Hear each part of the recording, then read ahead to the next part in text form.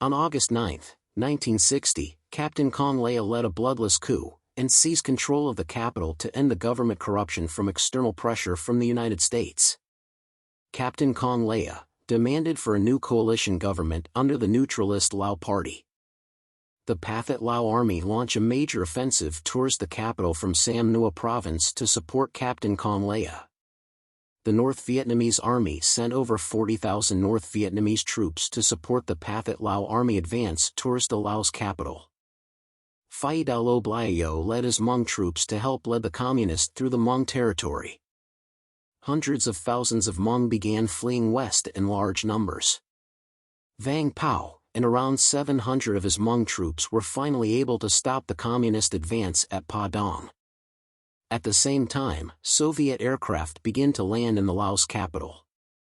With Soviet aircraft landing in the Laos capital, it finally alarmed the United States of the seriousness of the situation. The United States, in response, deployed over 12,000 U.S. troops into neighboring Thailand, and had them on standby as more U.S. Green Beret were sent into Laos to support the Royal Lao Army.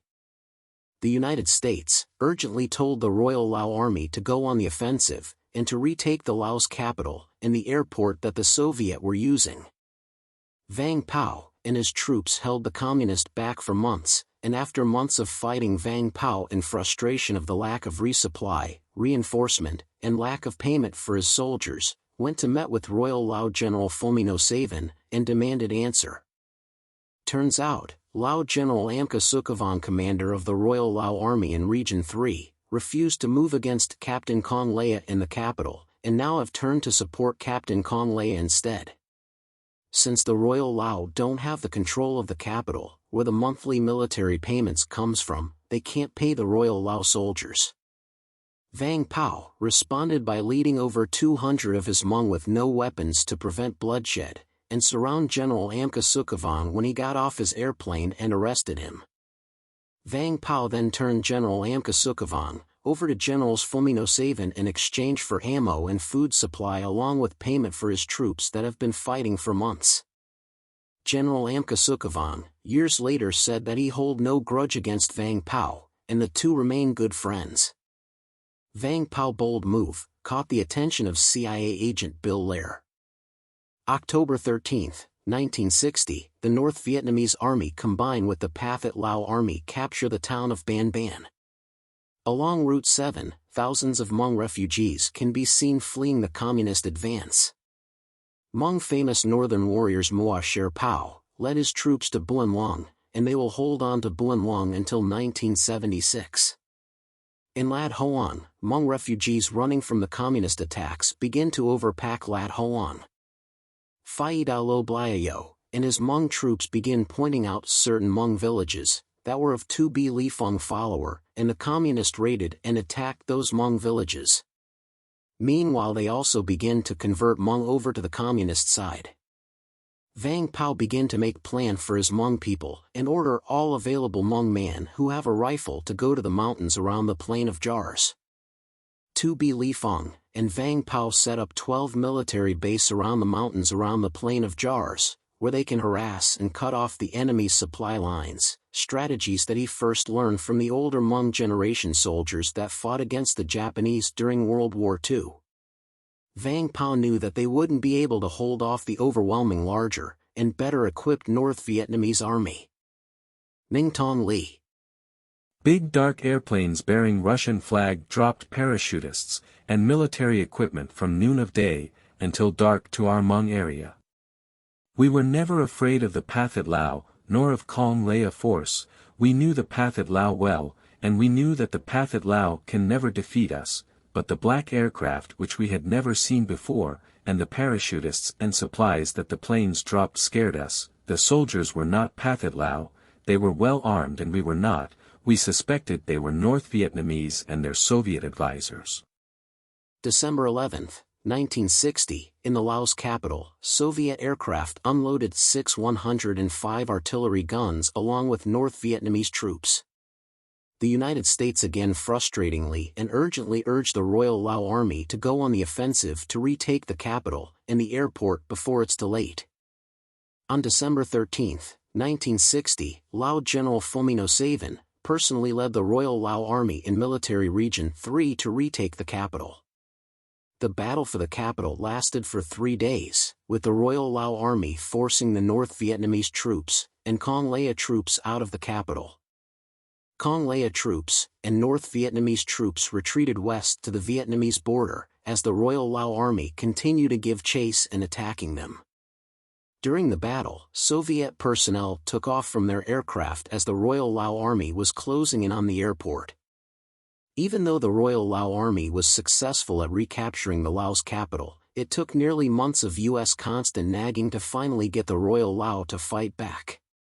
With the lack of the Royal Lao respond against the communist activity in Laos, the United States felt like they needed to find a stronger ally. They needed to find someone that does not easily get pushed over by the communist. In Cang Co, a small Hmong mountain village have now grown 9 times its original size in matters of days, from thousands of Hmong refugees flooding in from the north of Cang Co. Refugees reporting that the North Vietnamese army is close behind them and in hot pursuit. Vang Pao arrive at Cang Co to deal with the situation and spend the night at Cang Co. That night some Hmong recall seeing Vang Pao crying to himself and was in a deep in thought with himself, and didn't sleep all night. When morning came, Vang Pao left Cang Co, and ordered police officer Cho Vang to help the Hmong Tasing Yang to deal with the situation. Police officer Cho Vang organized over 2,000 Hmong men with rifles to defend the village.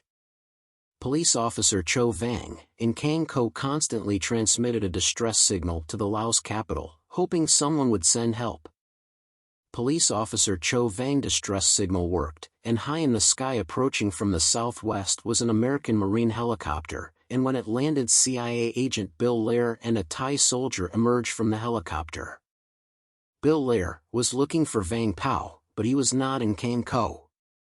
The Hmong leaders in Cang Co after discussing with Bill Lair went with Bill Lair in the helicopter to go look for Vang Pao. But as they took off the helicopter crashed back down and the helicopter was totally destroyed. Luckily no one was hurt in the accident.